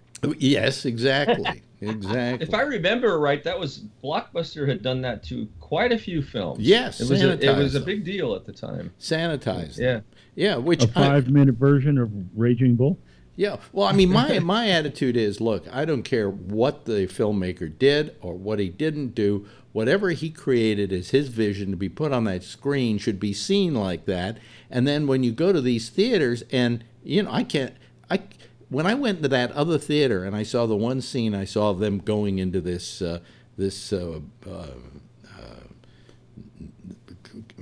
what can we call it? This world where the Black Panther comes from. It's a very futuristic world, and it was magical to watch. Oh, by the way, the other thing, you know when they show movies, they have the panels on the side of the screen that go in and out depending upon the thing. They were too far in. They weren't showing the full fucking screen. That was another part of it. And all these, and at the end of the film, we sat there, we watched the whole thing. We figured, what the hell? I want to know what happens. It's a good film, I think. I'm not sure. I wish I were here to tell you I saw it. But after the film was over, there were people in the audience applauding. And I'm thinking, tell me what you just saw. What do you think you just saw? You know, I couldn't tell which one. I literally couldn't tell which one was Lupita Nyong'o. And Martin Freeman, the British actor, was in it. And it was 5 minutes before a girlfriend realized it was Martin Freeman. I mean, that's how bad the picture was. So, now here's the thing that bothered me about Black Panther, because I think it's a very well done film, and I think it's the kind of action film that I would like to see, because it's not as much about the action as it is about the story and about the history of this guy and whatever. And it's very good in that respect. But the one thing that bothered me, and I don't know if this would bother black people, I wish we had some black people on this panel tonight to say how they would feel about this, but this is the picture that they're saying is this is great for young black people because now they have their own black hero, their own black superhero. But he comes from this part of Africa that was hit by a meteor with this metal, I can't remember the name of it now, which allowed them to create technology and to have this very evolved society within the African continent. And you get to it by going through this little tunnel and stuff, and then you see this world, and it's beautiful, and it's got trains and everything, you know, and it's very evolved. And all I could think about is if I was black, I would call bullshit on that. Because what you're saying is the only way that Africa could become evolved was not through culture, but through technology. That the only thing that made them advanced is technology. And that this picture was not portraying African culture as being great and evolved, which it was. You know, even within the most remote tribe somewhere, the fact that you don't wear all the clothes, you don't wear suits to work and things like that, doesn't mean you aren't an evolved society. And I kind of found there was something that just didn't hit me right, that black people were now being portrayed as very advanced scientifically rather than advanced socially, that they didn't reflect the African continent in a positive light. Does this make sense what I'm saying here? Yes, it makes sense. Well, it doesn't make any sense to me because I haven't seen the movie. Oh, okay. So, no, I know what you mean. I haven't seen it. I will say I actually would love to see the movie because I like well, Ryan Coogler, who directed, is from the Bay Area. Yeah, he did Fruitvale Station. He did Fruitvale Station, which is a really good movie. Yeah. I haven't seen Creed yet. I hear that's really good. Yeah. But I hear there's all bunch of Bay Area references in the movie. So it's part of it takes place in the Bay Area, in Oakland. Oh, okay. Yeah, the opening takes place in Oakland. It's hard to tell you how it fits in, but it's that part of the character. Some of the characters don't live in Africa; they live in Oakland. Okay, all right. Well, see, at the Grand Lake, they never screw up of a screening. Yeah. Grand Lake is a wonderful. Listen, place. I found it a very. I love Grand Lake. What I saw of it, I wish this is definitely a film I'm going to bootleg from the internet because I feel they owe me my money. I absolutely feel that it's well worth watching. It's one of those Marvel pictures that got away. That was like Guardians of the Galaxy was a treat, and Deadpool was a treat. And this was a treat too. But it was just terrible that I didn't get to see it the way I should have seen it because I was really looking forward to it. But it is good, and the director definitely had ulterior motives in this thing. I'll tell you another picture that's very good in the same respect, and it's the only thing DC's done that's really any good lately, and that's Wonder Woman. Because you had a woman writer, you had a woman director, you had and it really, in that particular case, you have to believe that there was this island where these Amazonian women existed and they were created by Zeus. You have to believe that, but that's more believable than saying, well, now we're going to show you Africans and we're going to show you black people as they really are, with their overhead trains being run by this mysterious mineral. I mean, because the thing that always bothered me about people was when they kept referring to Africa as primitive, and yet they were very evolved societies within themselves, and they had mores and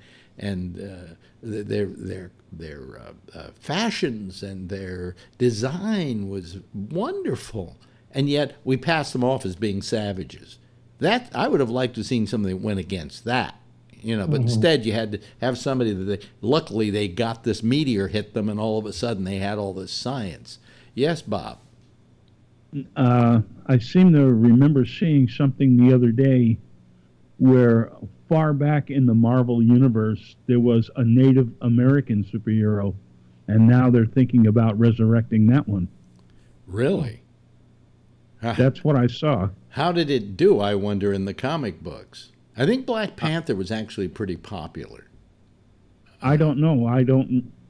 I stopped reading comic books when I was a kid. I mean, what they would do, in those days, what they would do is they would put out all these comic books and keep throwing them out until one stuck, so Marvel had just an infinite number of characters. So they're dredging up stuff that most people didn't even knew existed. Guardians of the Galaxy was pulling together like a group of different characters from different comic books that only lasted a short time to make a movie. But as superhero movies go, this one's pretty good. This one is very tolerable. It's not, it's less superhero-y than it is really a story and a vexing problem, let's say. Okay, that's the best way I can put it. Hey, Alex? Yes, Ray. Did you see the series Daredevil on Netflix? Yes. I thought that was good too. I enjoyed Daredevil. I like Jessica Jones a little better. And I liked Jessica Jones as well, because they weren't so superhero-y. They were more about the relationships and the acting. I saw people saying that, well, gee, at last finally we have a superhero for black people. Well, what was Luke Cage? Right. Luke Cage, which is a great series on Netflix, filmed in Harlem, and I love it because I sit there looking, well, I know where that is. I know that corner, and I know this corner. The only thing is they never used our building, and our building's one of the most predominant buildings in Harlem. And he would say, oh, you can go catch a bus up at Adam Clayton Powell and 116th, and that's exactly where you can get a bus. So I like the fact that they weren't, ruining the neighborhood. But Luke Cage, was every bit a black superhero. Right, definitely. Hard as steel. Yeah, I mean, bullets couldn't hit him. But he kept saying, I keep having to buy new T-shirts, because they had all these holes in them. But if you've never watched, if you have Netflix and you've never watched the Luke Cage, I think it was very good. Yeah, it's really good. I think Jessica Jones, Luke Cage, and Daredevil are excellent shows. And then they did a kung fu thing, and then they did one which was an amalgam of all these characters together. Yeah. Wasn't as good. But those three are just terrific. And if you're a fan of Doctor Who, David Tennant is the bad guy in Jessica Jones. And one of the bad guys in Luke Cage is the guy who won the Academy Award last year for Moonlight, for Best Supporting Actor. The guy with an unpronounceable name that I can't remember. But I love anything that takes place in this neighborhood. And now they've got Mozart in the Jungle back on again. Of course, My Apartment House is in it again. Oh, cool. That's where they live, Yeah. Only they changed the address there's a plaque outside with the address, which is 1925, and they changed it to like 13305 or something. So. Did they just have a second unit shooting the outside and then go film the interior somewhere else? A lot of the actors show up here. Yeah. Oh, they do? Okay, cool. Because often they don't do that. Well, in San Francisco, whenever they have a show here, they just shoot the exteriors with a second unit and then do all the interiors. Well, they shoot the exteriors, but they're usually characters from the show in the exterior. And then the interior they shoot here, too. Oh, that's great. Yeah. Well, you're in New York. So well, you know how I can tell they shoot the interior? This is a strange way of knowing they shoot the interiors, folks. But they always wind up showing a fireplace. And there are only two kinds of fireplaces in this apartment house. And we have both of them. One on one side in the living room, the other side in the dining room. And whenever I see that it's been shot here, I look for the fireplace to see if they actually shot in the apartment. And I can tell there was Jungle Fever was shot here. The next film after that what's his name was in, who was in Jungle Fever. I'm trying to remember his name now. Wesley Snipes was in the next picture he did, which I can't remember the name of right now, also was done here. And I could tell because inside the apartment, there were the fireplaces. So that's how I could tell it was done here. Oh, yeah. This was the crack house in New Jack City. Oh. Yeah. And they called it the Carter. It had a plaque over the name of it saying the Carter. And I will many times take a cab and say, leave me off, blah, blah, blah, blah, blah. And they stop and they look over and they go, you live in the Carter. Yeah. So. Yeah, I remember that crack house. Yes, and they Wesley Snipes at one point in the picture has a diagram of the building, right? Mm-hmm. And he then points to a window in the diagram and says, "This is where we're going to build the crack lab," and it's our kitchen. Wow. Yeah. Or it could be. It was actually the window next to it, which is the pantry, but it was our pantry. And I went, oh, well, it's good. I wanted to have it blown up, that shot, and just put it up in the kitchen. Yeah. Eyes Wide Shut, you were talking about movies that have different versions. Yeah. There's a European version and there's an American version. And the American version, they took out some of the sex scenes so they could keep it rated R. And I have the European version. Oh, really? So I get to see. How hard did they get in the European version? Well, there was like an orgy, and they show some actual, it looks like the guy is just having intercourse. I mean, with this is there woman on a table, can and you can see his butt and everything. Yeah, but can you totally see naked. penetration though? That would be what would distinguish No, it. but for some reason they were worried about it. So what they did in the American version is they put like somebody in front of this, and there were a couple other scenes too where you couldn't see penetration, but it was heavily implied, and there was a lot of nudity, and they covered, like on the old Austin Powers movies where the face isn't. Yeah, they did a lot of that in the American version. Well, and not a very good movie, Eyes Wide Shut. I never thought it was particularly a good film. I didn't like it at first, and then I watched it a couple more times, and I really liked it. Yeah. It's one of those things that grows on you. I mean, I hate to have seen it be the last work of Kubrick. It wasn't his best, that's for sure. But what was I going to say? The thing that made me kind of mad is there was a show on HBO called The Deuce. And The Deuce takes place in 1963, and it's all about Times Square and porn and hookers and all of that. I don't know if you saw it on HBO, but it was on HBO. In the very last episode, some guy is watching a peep show, and they show what he's watching. And believe it or not, there is hardcore. Now, when I'm saying hardcore, I mean you see penetration. Whoa. Okay? This is HBO. Used to be owned by Time Life, later by Time Warner. And those were the very people that tried to get Midnight Blue off the air. And now here, how many years later, that same organization or its inheritors are running actual hardcore pornography on HBO. Yeah. Now, they had another show before that called Lie to Me or Don't Lie to Me or something. I can't remember the name of it. And they still have it up, by the way, on their HBO Go. And they did have some scenes where you could actually, for a moment, see penetration by the actors. Wow. And I kept saying, this is the company that took us to Washington, D.C. before a congressional committee. These are the people that took us off the air, right? And we had to fight to get back on because we were making Time Life look bad. Go fuck yourself. Demand an apology. Huh? Russellman demand an apology. Yeah, demand an apology. They probably don't even remember the situation, but I mean, it was a big problem for me. But to see that the very people who were the architects of at least our temporary demise at Midnight Blue are the same people that are doing porn now.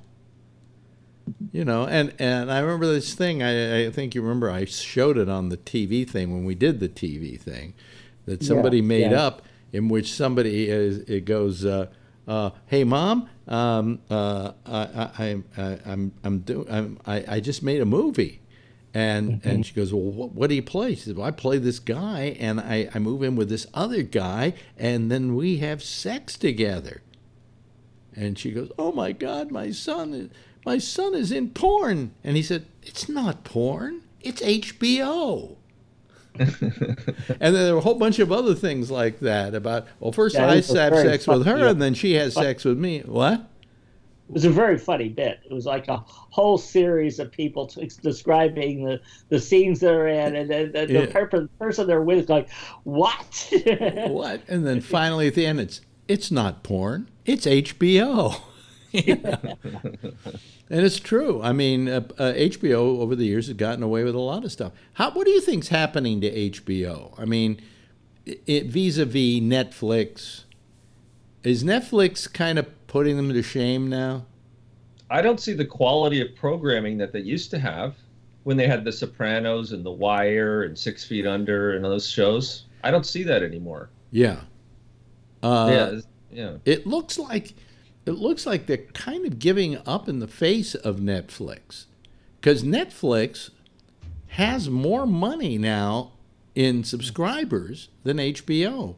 HBO has maybe 50 million subscribers, which is a lot of people. Netflix now at something like $14 a person, a household, has over 110 million worldwide. So think about the amount of money coming in every month. That's a lot of Netflix originals. They're buying up all the comics and getting them exclusively. That used to be a province of HBO. They're able to pay money for original movies. They're not getting these things nominated for Oscars. There's a documentary they currently have on that's a Netflix original that's Oscar nominated. They're really giving HBO a run for their money, and yet I hear they're $20 billion in debt. So, who knows what... I believe it. I've just seen less quality programming out of them over the last couple of years. Except for Game of Thrones. HBO, yeah. Yeah.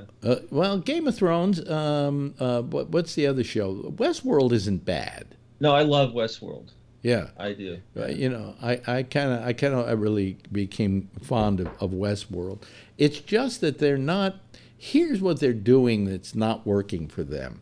We're in a world now of binge watching. We're used to getting Jessica Jones, and we're used to getting all 12 episodes or 13 episodes, and then you sit there till you're bleary-eyed and watch the whole thing.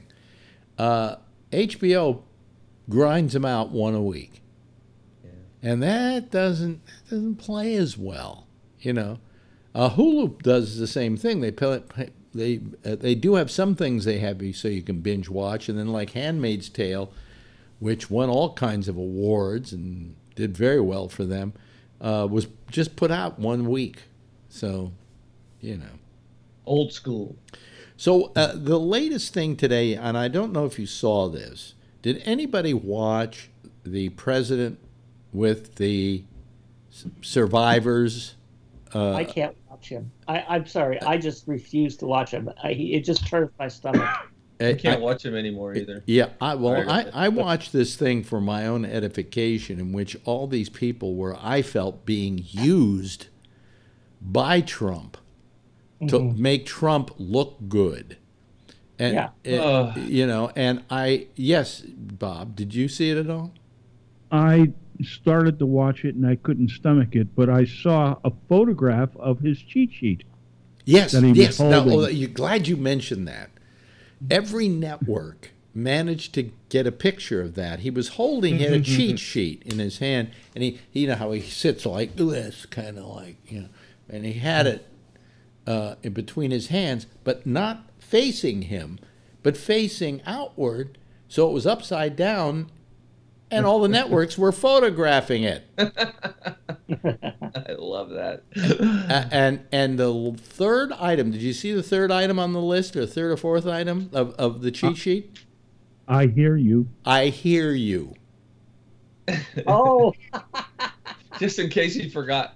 I hear you. Once again, folks, imagine a cheat sheet that, it might say, hey, we're doing this and we're doing that, and yes, and there's there's this problem and there's that problem, but we're going to take care of that.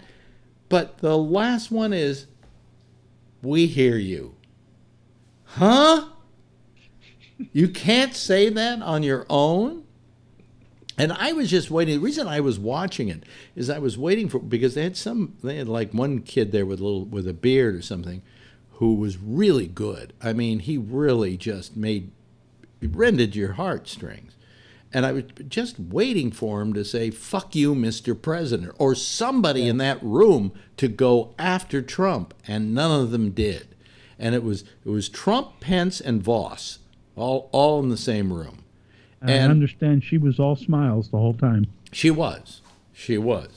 And I felt these people were being used, and they were being far too polite about this thing, and maybe were vetted for politeness before the situation.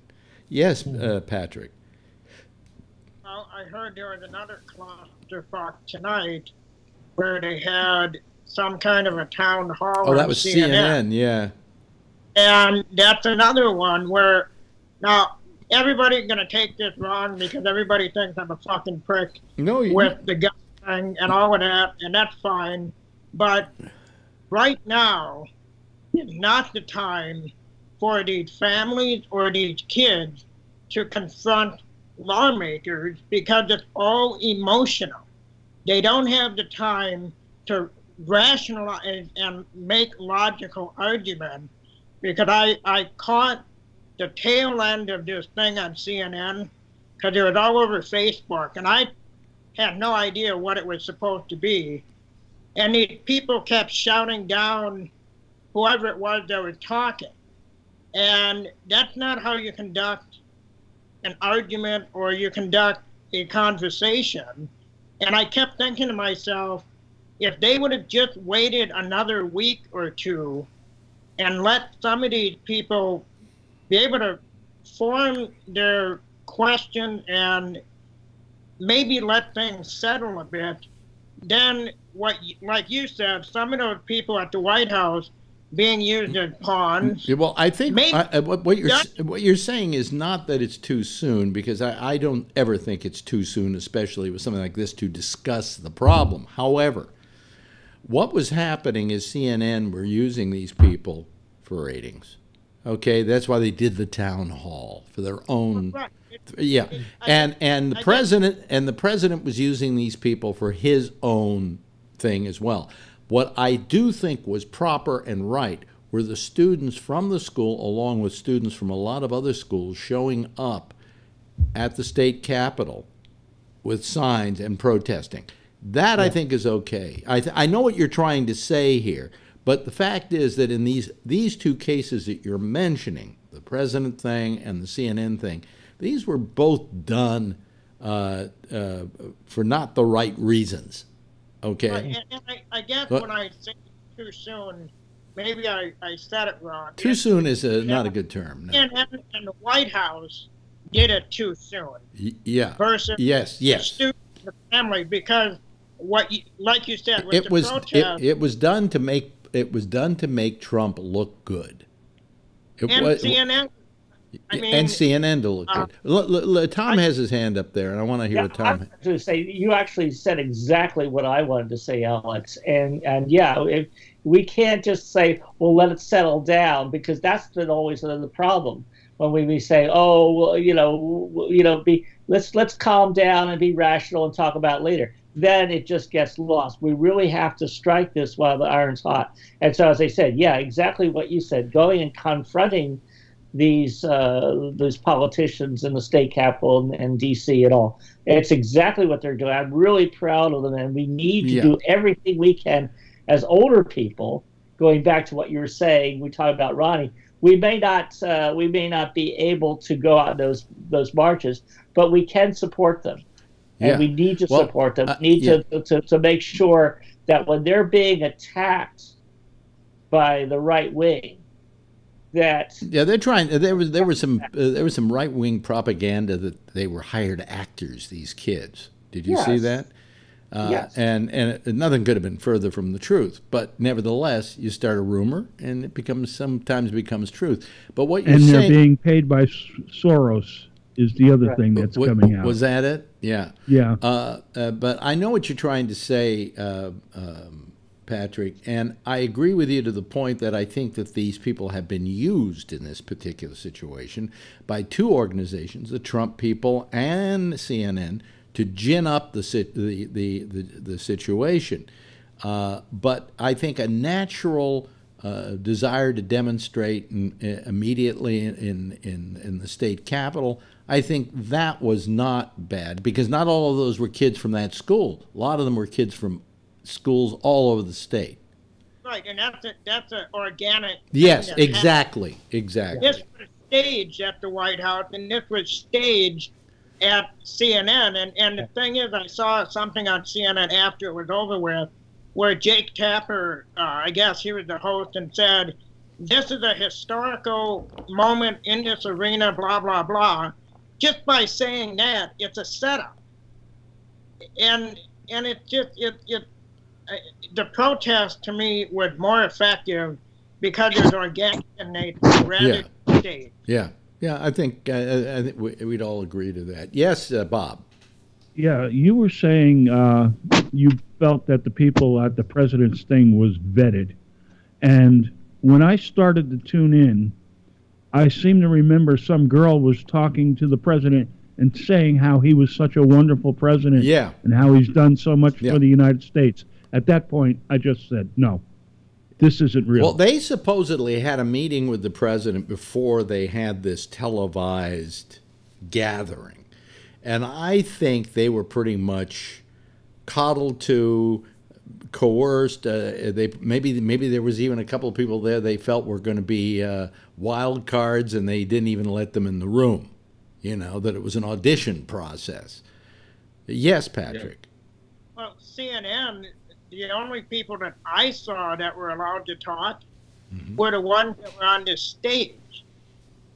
They didn't go into the audience, which would have been a more organic sort of thing. It was the people on this stage, and it looked too contrived to me. It just like the White House. So, you know, to me, both of them were bullshit, and the only thing that had any legitimacy in my mind was the protest, because it was organic. It just happened. Right. By the way, Patrick, let me apologize to you tonight, because my picture has been in your face most of the night. Not all of your face, but your cheek or whatever, because I was so involved in this discussion that I wasn't paying attention to the way I was framed there, because I usually move myself back when there's, you know, I rather be the small one, let you guys be the large ones. Again, you know, tonight this has been a very good show. I mean, we've gotten into a lot of other side trips on all of this, and also with the exception of Patrick, people who aren't here all the time, and I like that. I mean, it's a very fresh approach, and we, you know, I was very proud of the show we did on Friday. And I was fairly proud of it yesterday. I wondered what would happen when Phil was added to the mix, and of course there was that kind of a little bit of a disruption. But what made Friday so good was that it was a very civil discussion, and very passionate. The guy who was from Florida who called us, I can't remember his name right now offhand, and lived 5 miles from the school, was just gut-wrenching. And Kevin, when he said on this program, "I'm afraid to send my child to school," you know, that kind of said it all. That's how it affects all of us. Yes, Bob. Yeah, I saw something today where an 8-year-old girl asked her mother for new shoes, and her mother said, "Why do you need new shoes?" She says, "Because I have the shoes that light up when I move, and if a gunman comes in, he'll be able to spot me." This is an 8-year-old. This is an 8-year-old. This is the reality 8-year-olds live with. So it's traumatizing these kids who weren't even involved, and now they're traumatized just from seeing this on the television. You know, when I went to school, the only thing I had to worry about was the guy who threatened to beat me up after school. Yeah, me too. That was it. You know, and he did beat me up, but, you know, I'm alive. Yeah, yeah. My teeth got knocked out. He didn't use a gun as his weapon of choice, as it were. I remember a couple times there was a rumor that someone had a knife. Ooh. Yeah, that was the big deal. Yeah. I don't think I ever knew of a kid bringing a gun to school when I was going to school. Me either. You know, but, you know, this has been terrific. You guys are great. You know, Ray, I've become very fond of you. Oh, thank over you. The last couple of nights, and the same is true of Bob Eberth, who you called quite a bit the last couple of days. And Tom, it's always a pleasure when you call, because you're always a beacon of light in all of it. And you keep us honest. And Patrick, I like it because you are to the right, but you're sensible. You know, you're exactly. Sensible. And I appreciate that so much. I appreciate all of you for having joined us tonight. And if you would be so kind, give a nice wave goodbye, and we'll call this whole thing off. All right? Thank you, guys. Hope we'll see you tomorrow night. Anyway, that's our citizen panel for tonight. We'll have a whole new citizen panel, and perhaps some of the same people would be here as well. That would be nice as well. I'm just doing a few little things I have to do to clean things up here. What comes up next, right after us, is the Intersection with Jack and Amy. That is followed by Intersection at 1 o'clock Eastern Time. And then tomorrow night, don't forget, at 9:30, it's Damian Chaplin and the Exchange, followed by me at 10 o'clock. Same time, same station in life. In the meantime, as always, if you see her, tell her I love her, okay? Bye.